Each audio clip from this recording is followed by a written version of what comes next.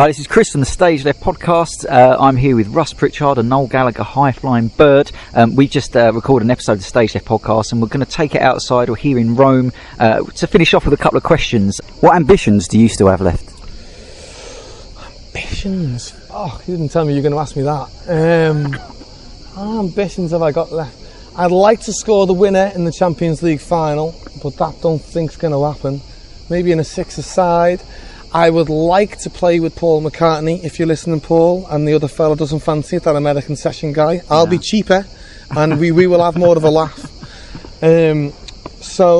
Ambitions... Do you know what?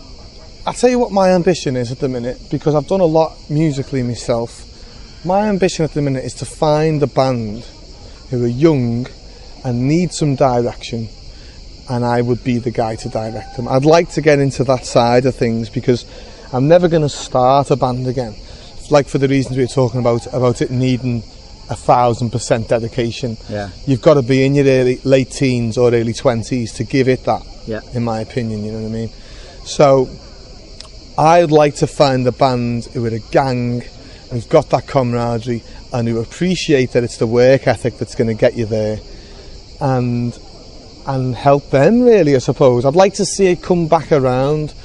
Music, obviously, as we all know, tends to go in cycles of what is popular and all the rest of it.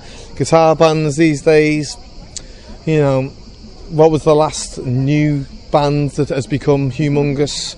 The Arctic Monkeys, Coldplay. Okay, there's been a couple, but both of those were in the early 2000s or whatever. That's a while ago now. We're talking 20 years, nearly. Yeah. So I'd like to see it come around. I'd like to see it not die. Yep. Rock and roll, in a sense, even if it's not musically rock and roll, even if it's the sense of camaraderie that a band gets and the camaraderie that a public buys into. Like the Libertines, I suppose that was one of the closest things where they touch an audience to the sense of they're a real gang. The fans want to be a part of it, all that sort of stuff. So my ambition would be to see that happen again and to be in some way a part of it, I suppose. Thanks, man. Thanks it's been good fun, right? Absolute pleasure. Good stuff. And check us out at the StageLeftPodcast.com for the rest of the interview.